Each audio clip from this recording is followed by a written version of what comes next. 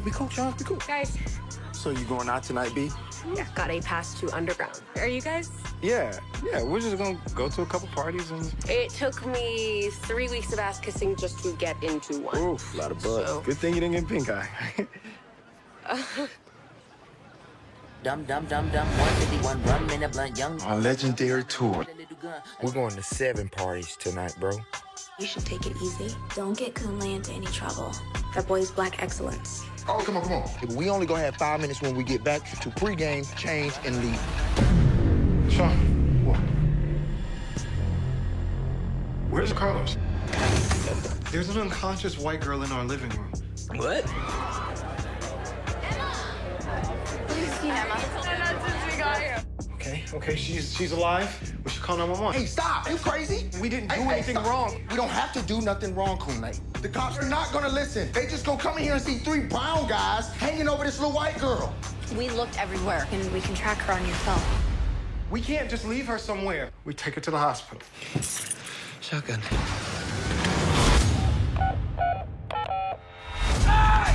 I told you we should just call 911, but you wouldn't listen. It looks like she's in that car. What the hell is going on? We don't know who she is. Actually, she just told me that she's in high school. No!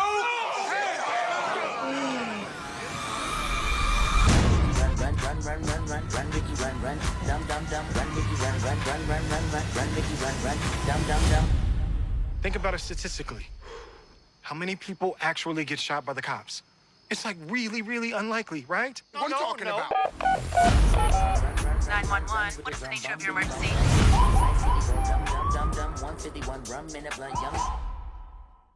Hi, my name is Gil Robertson, president of the African American Film Critics Association.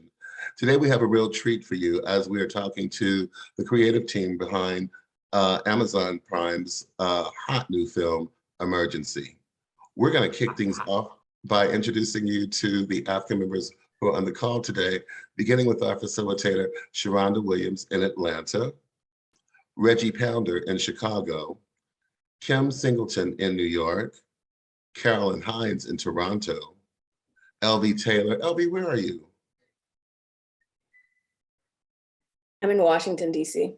Washington, D.C., Chocolate City. Jill Monroe in Los Angeles, Bonnie DeShung in Chicago, Rhonda Rasha Penrice in Atlanta, and Brandon Collins in Los Angeles. I'm gonna let you guys do what you do so well, and I will see you on the other side.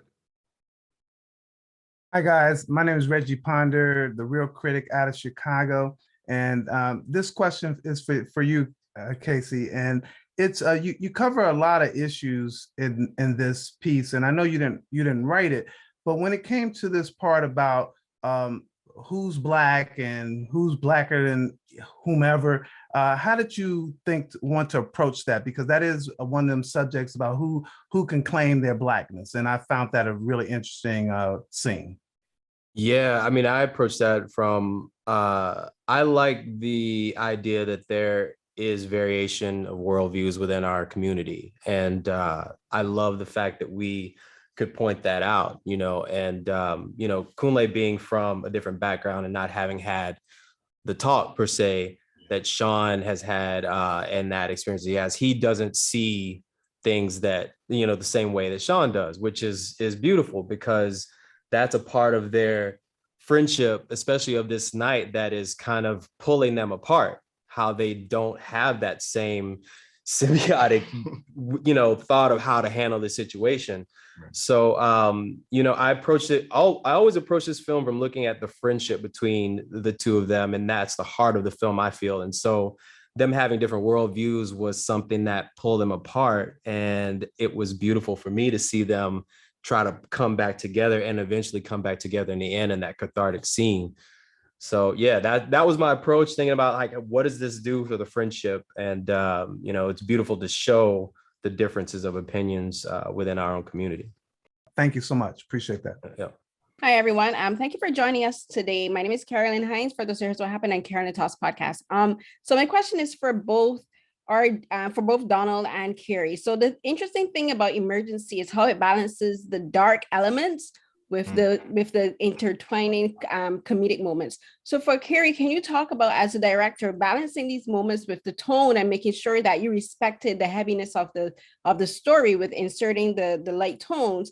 And for you, Donald, just like as an actor, being in the scenes where like you have to shift tones sometimes very suddenly, how did you as an actor like balance that and move through the scenes to make sure that you stayed in character, but also that you took care of yourself mentally? Ooh, that's a great one. That's a great one. One, thank you all for being here. This means a lot to both of us, and the entire cast. So I'm just gonna say that off rip. Thank you, thank you, thank you. As an actor, I think you have a certain responsibility to tell the truth in everything that we do. And for me, I know there's always a piece of myself in every single character. Now, whether it's large or small, I feel like I'm probably more honest when I've put on another character and I'm able to, express these feelings. It was really tough at points, but I love the Carrie's direction because we never played at anything. We never tried to do anything for laughs. It was always maybe the ridiculousness of a situation that people would kind of laugh. It's like that, like where you laugh to not cry, or you laugh to, try to get out of a stressful situation. So we really just kind of played with the truth all the time. And the crew was amazing. Anytime the casting crew were just phenomenal. So if there were times where things got kind of heavy and you needed a minute, I mean, there was always a hand. Carrie was always right there. Hey man, you good? You all right? Yeah, I'm all right. But then he also knows when to push a little bit. Like, no, he's okay. He's fine. Hey, you can go more. And that's because I'm trying to be like real sensitive about this, but without telling too much, I don't know, what's kind of saying, but you just say spoiler. No spoilers here, but there are people who have been in these situations and we all know their names. And there are people who've been in these situations and we don't know their names, and they weren't as fortunate as we are, and this will continue to happen. So we had to approach that with honesty and, just come at it with just a lot of realness. So from an actor standpoint, that's how I felt. I'm rambling, so I apologize. No, everything you're saying, I totally agree with. And thank you for what you're saying about, my direction. That's important to me, and I appreciate that.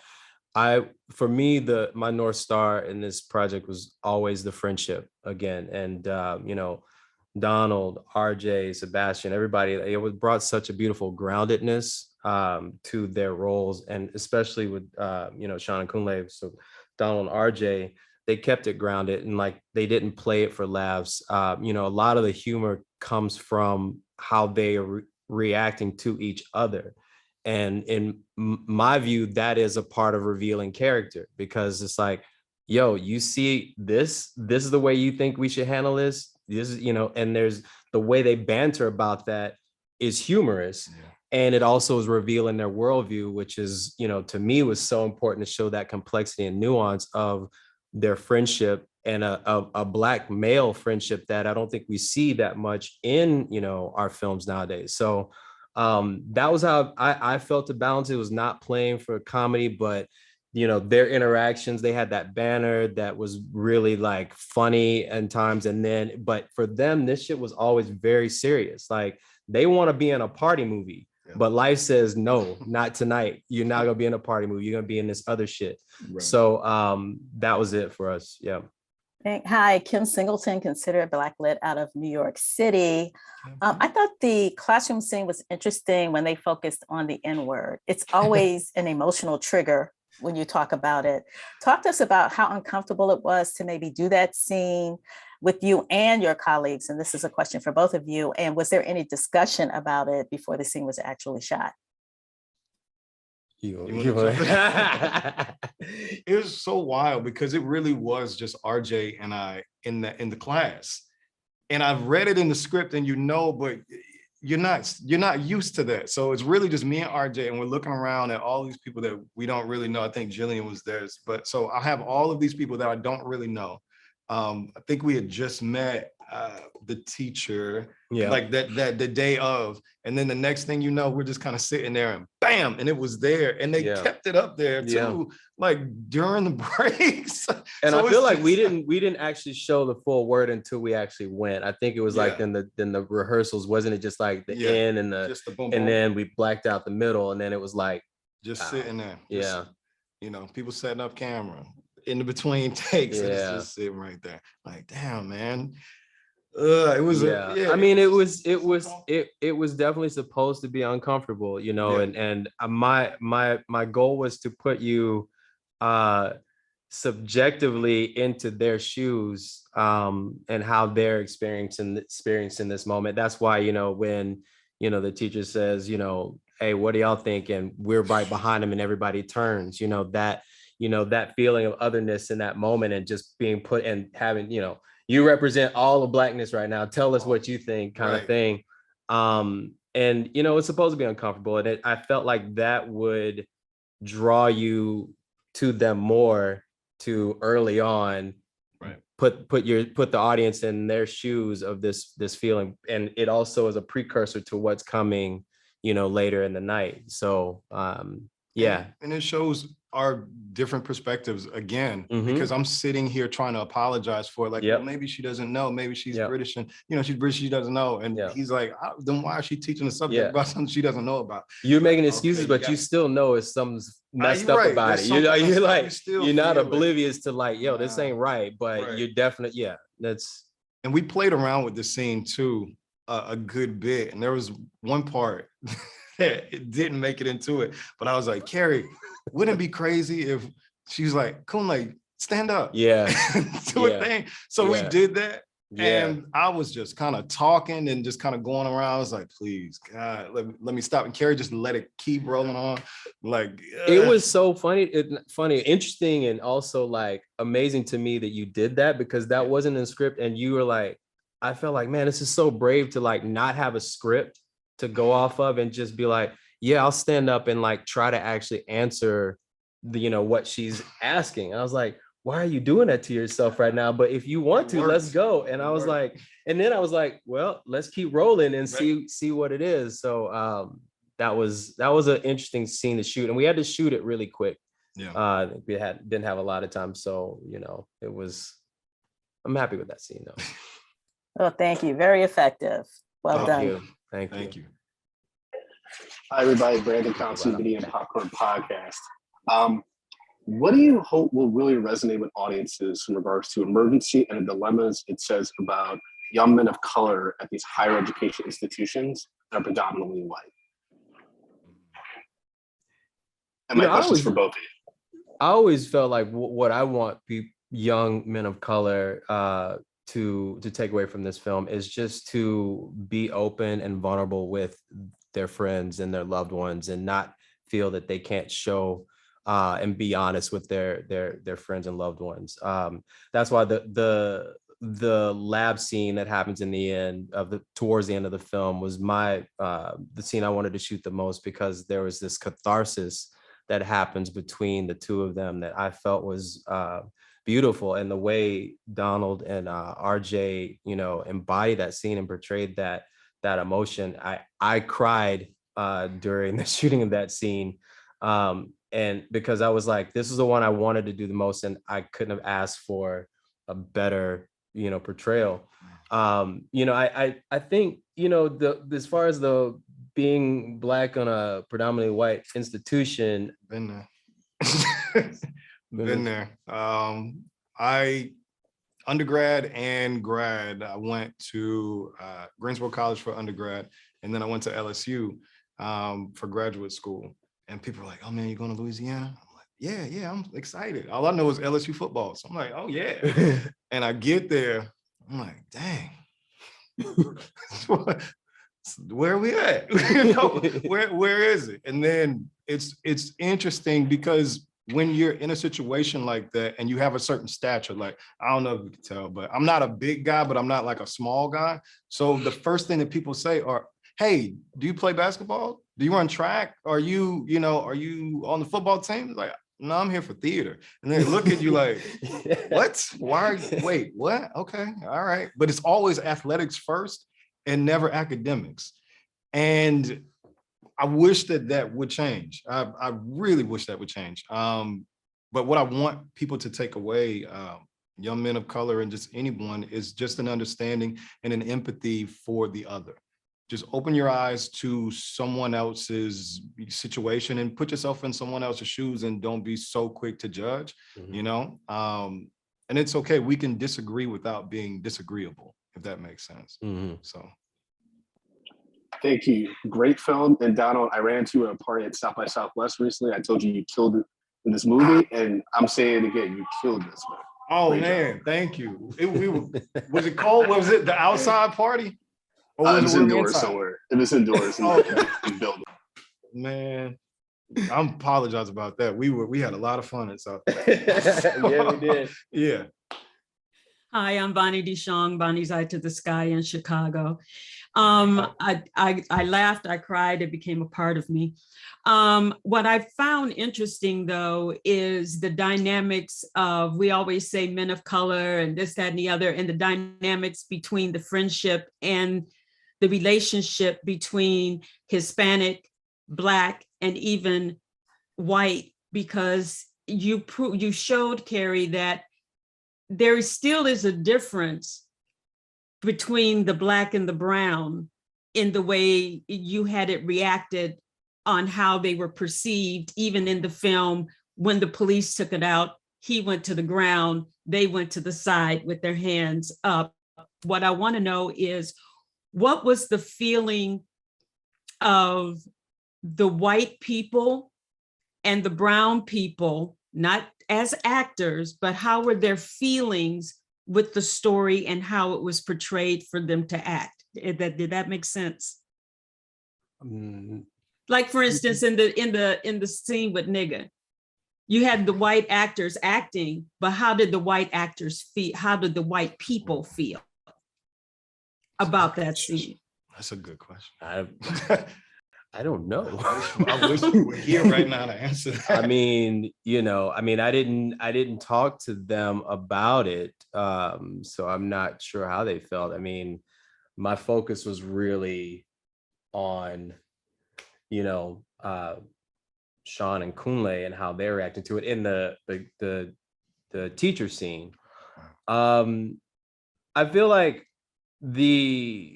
in the scene where they're on the curb, there's a feeling of a little bit of sort of recognition of they're different, and it's in varying levels.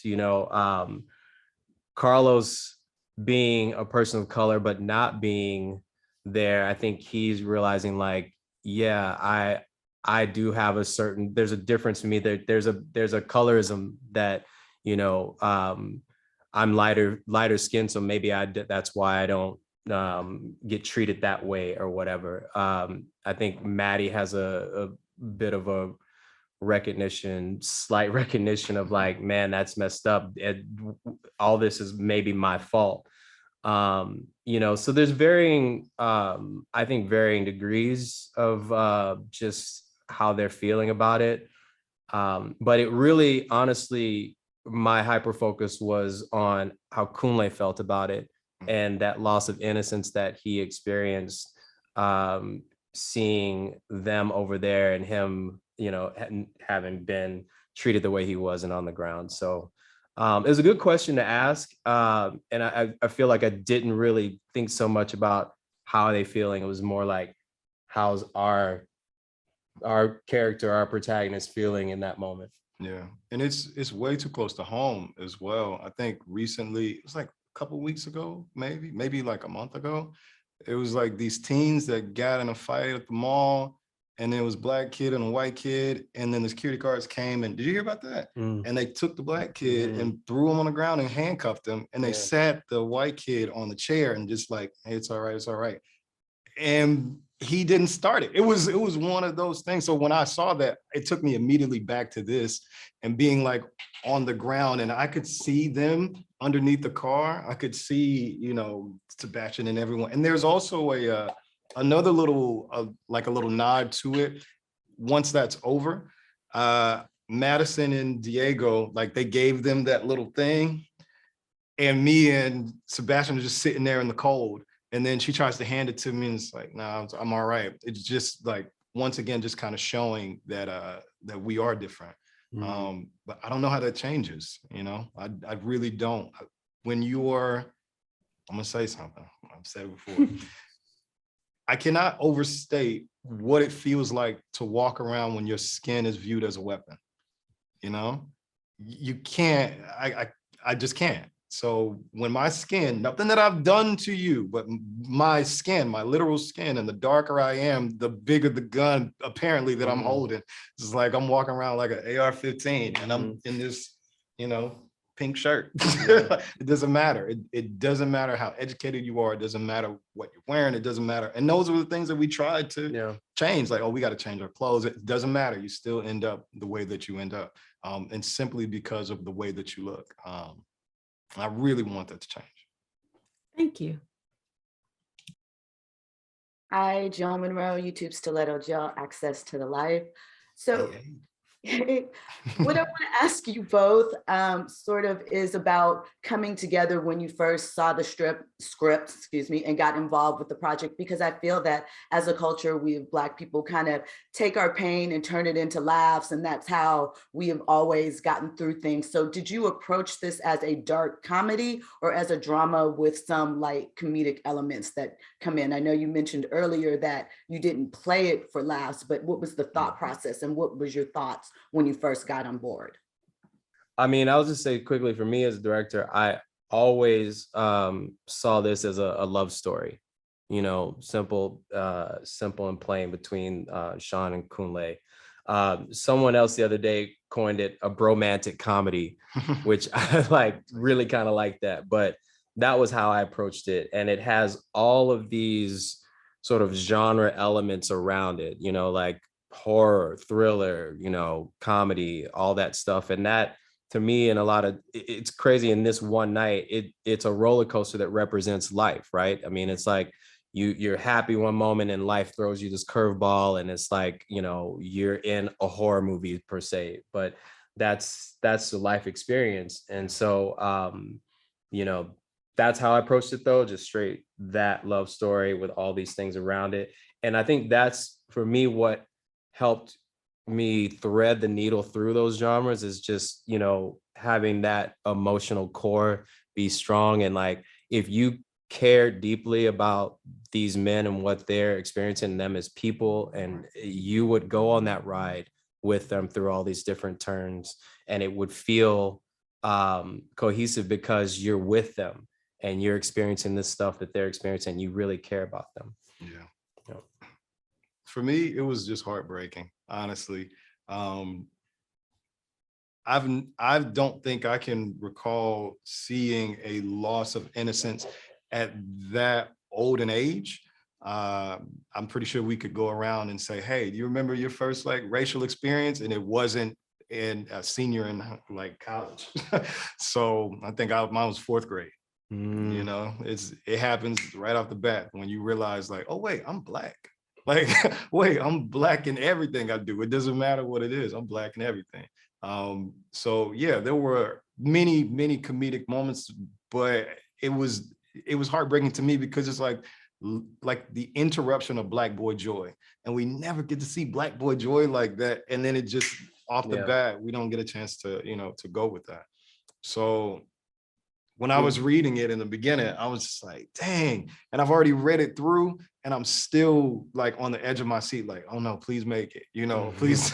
Like, I want this so badly for them. But what were you about to say, Carrie? No, I was just gonna say, like, we definitely get to see that Black Boy Joy and the legendary tour. We give that. Yeah. Even though, you know, it's gonna go that, but it's like, that was important to show that the promise of the night that they were gonna have. Yeah. You know, and y'all had a lot of fun doing that. Little snippets, right? And it was we shot this, like, we're shooting like all around. So the last things that we shot were those scenes.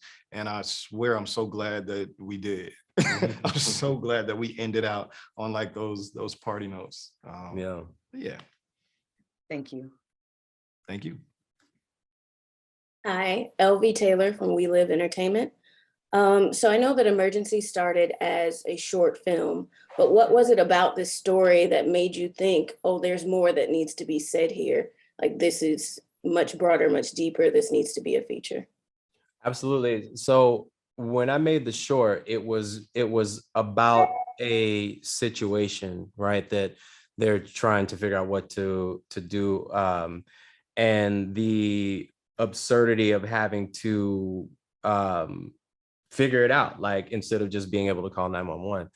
But when we talked about the feature, I always felt at the end of the short, where does this friendship between Sean and Kunle go after this point? What is this friendship going to look like in 6 months? Because they've revealed to each other some differences of worldviews that really might have put a wedge in that friendship. So when we thought about making the feature, I was extremely excited about exploring the complexity and the nuance of that friendship, and having that broader canvas to be able to explore some themes about masculinity and, fear, the culture of fear and anxiety that young people of color experience, towards authority.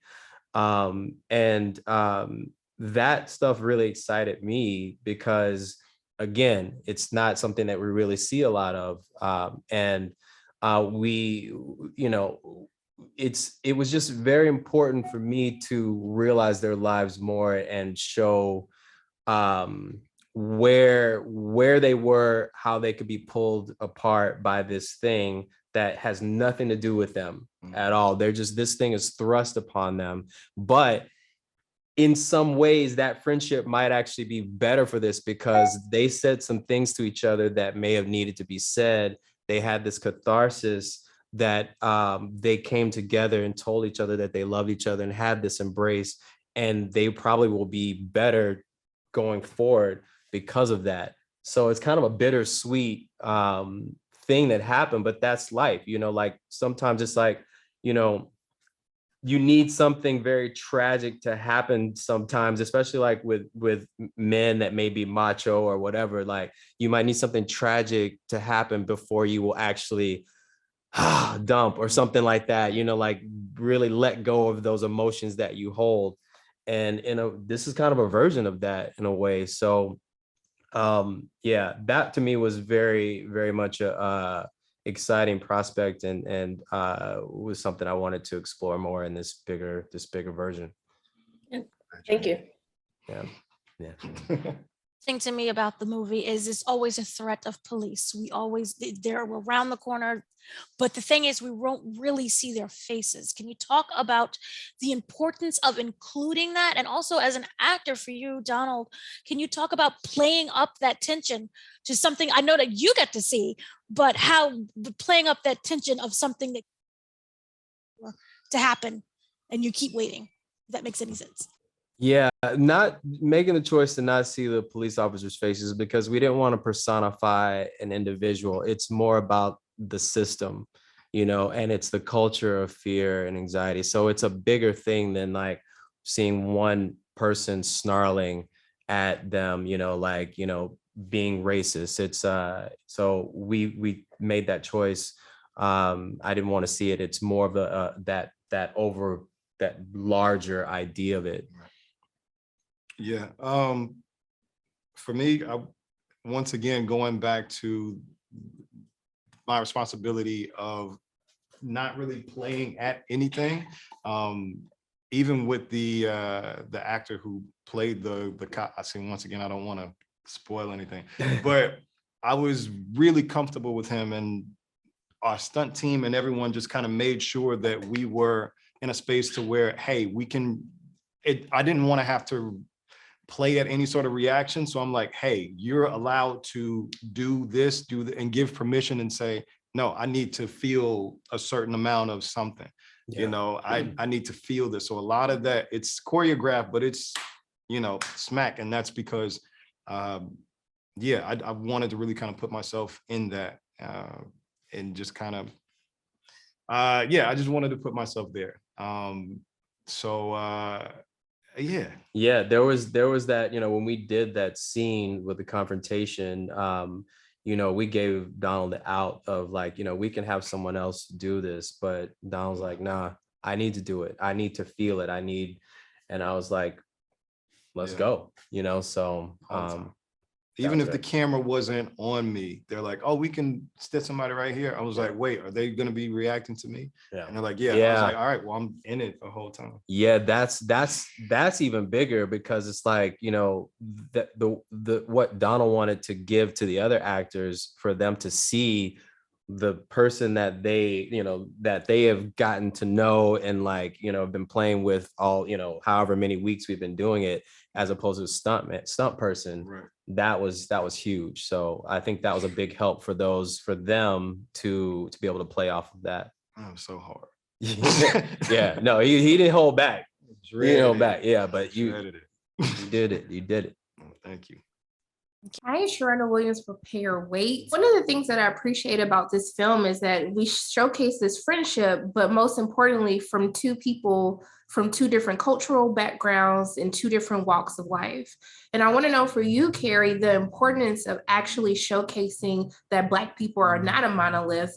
And then for the actors, I want you to talk about how this experience of helping educate the audience as to what we go through, has that been a therapeutic experience for you or not? Yeah, no, it was extremely important. That was one of the, like, going back to showing the nuances and complexities of their friendship.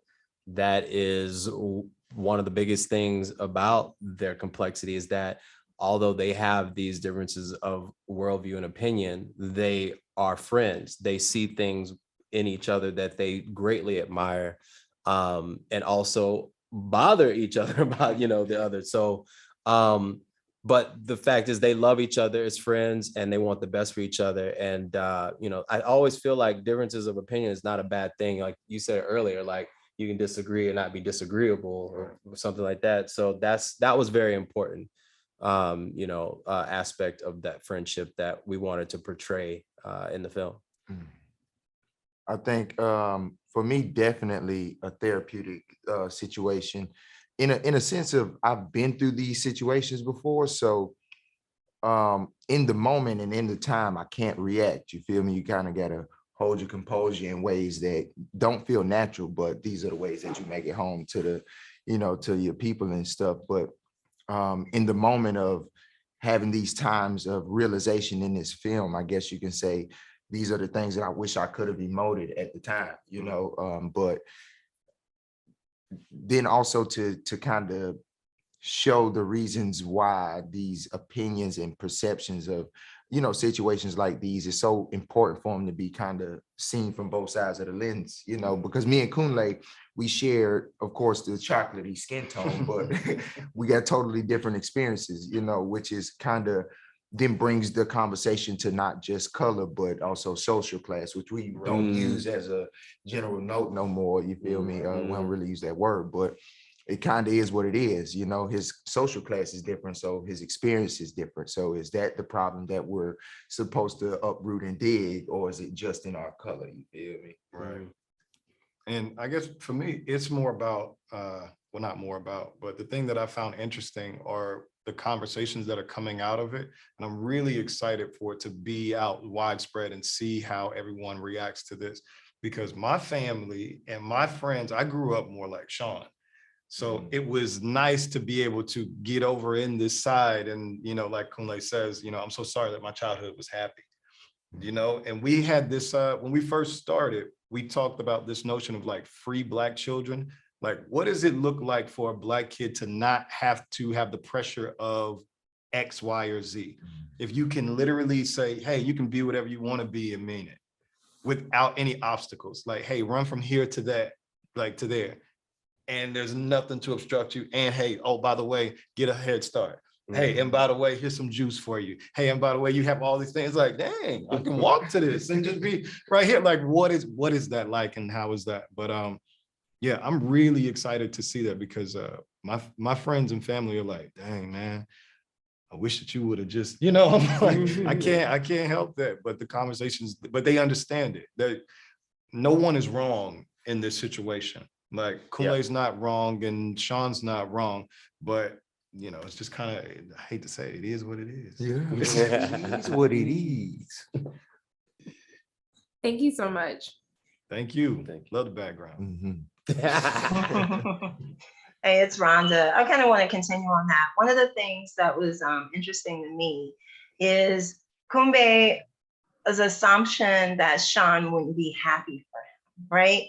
And a lot of times you'll see people who are kind of like, I guess, ascending to an upper middle class. They assume that other people who don't have that desire wouldn't be happy for them. And that's something I don't think I've ever really seen on screen. Yeah. What do you think about that? I don't know. I think it was more of a fear, you know. How is he going to react in this situation? Just because we don't really get to talk about it, but he is my best friend.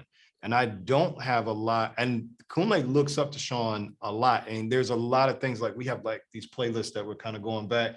And I have songs in there specifically that Sean, you know, made me feel, and Sean was like, I'm like, okay, these are inspired by, you know, my friendship with Sean.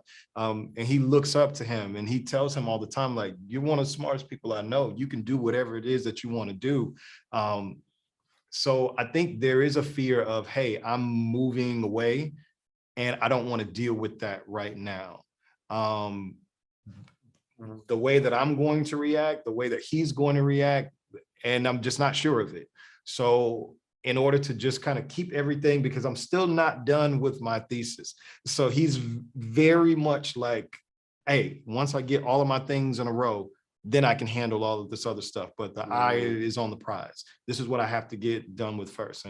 But it is kind of weird that, you know, Carlos knows. Like Carlos kind of knows, but then it's like, we can't, there's certain things, hey, we can't tell Sean yet because then we don't know how Sean's going to react.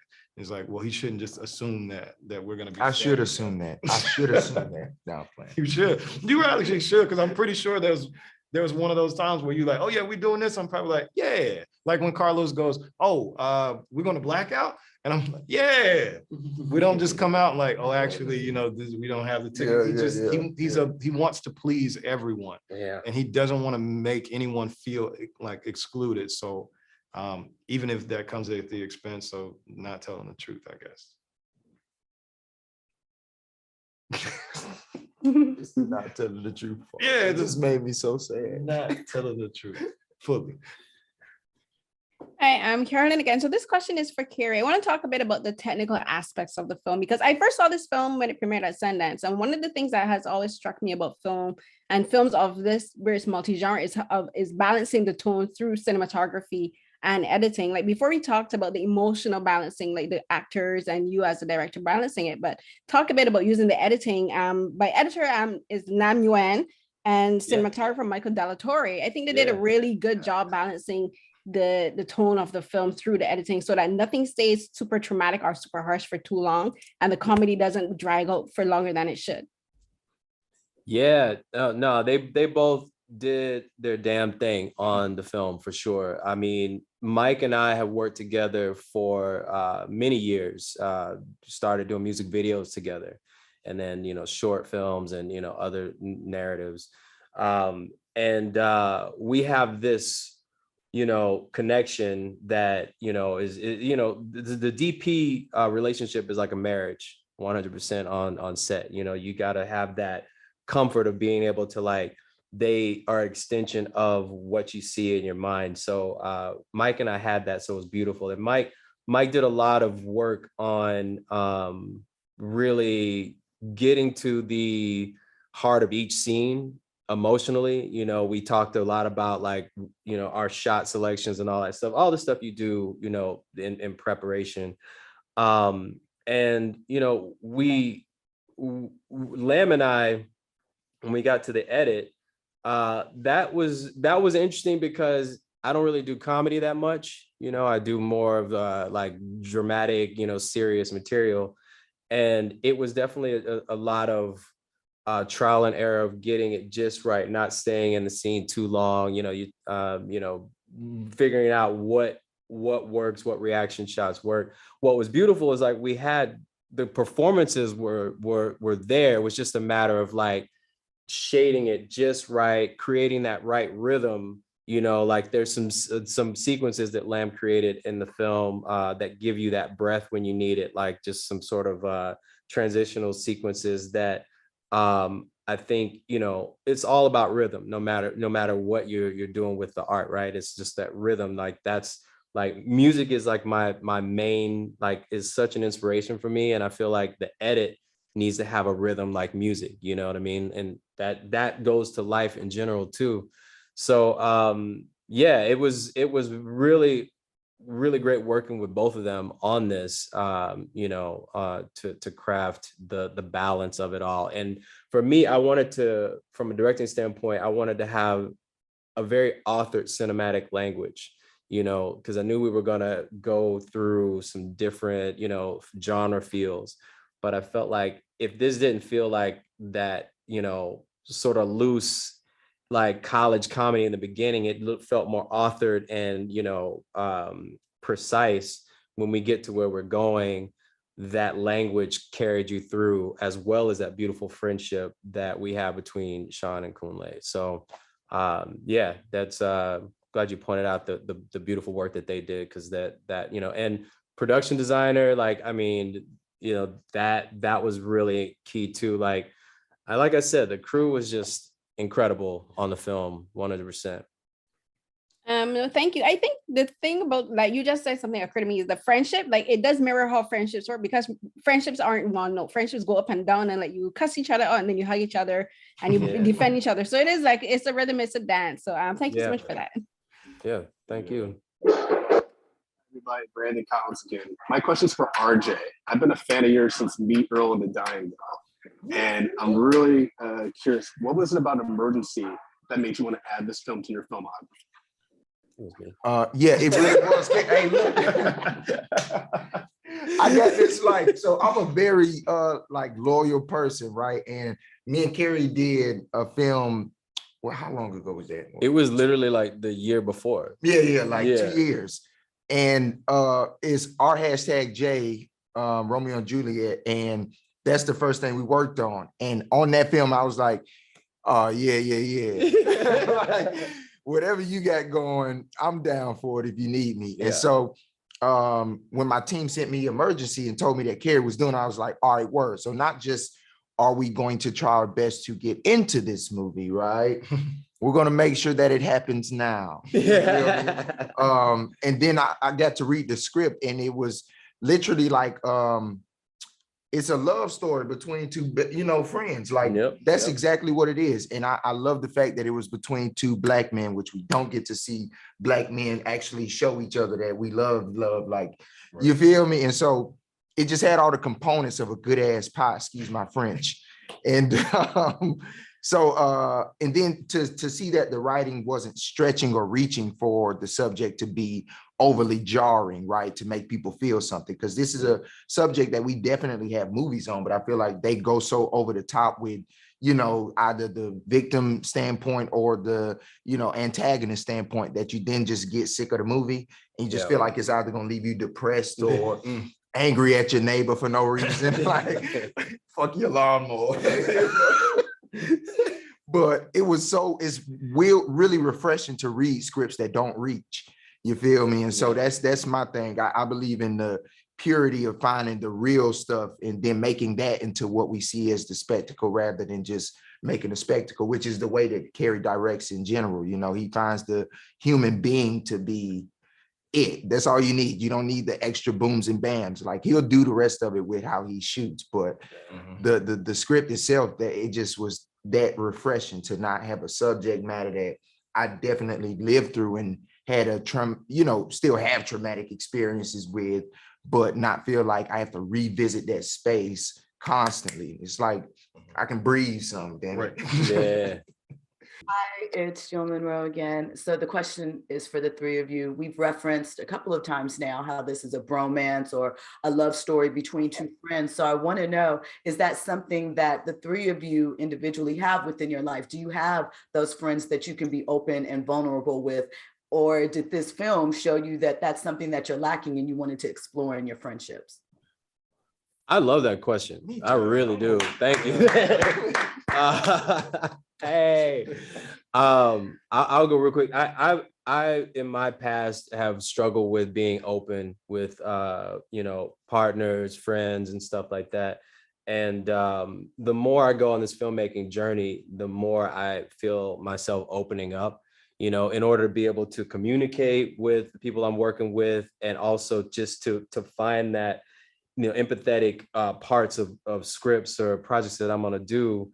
That wall that I used to have, I feel it coming down more and more, and I'm grateful for that in so many ways. So I feel like I have it more so now in my life personally, and it comes through these projects that I do, and like also seeing people around me do that, because I was definitely I was an only child, and I kept to myself watching movies, hence why I'm doing this shit now.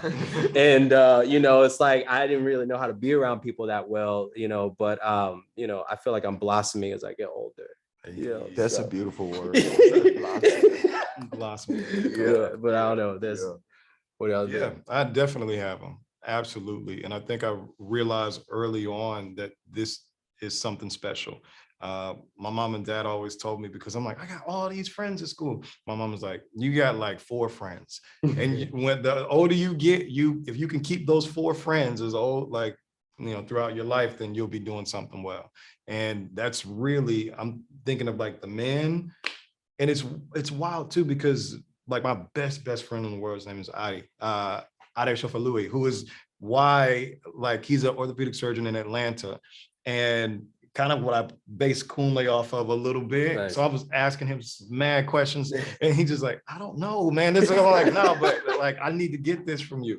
But my best friend in the world, yeah, we feel like God never lets us get too far ahead of each other, which is nice, so that we're still relatable to one another. I'm just really fortunate for that.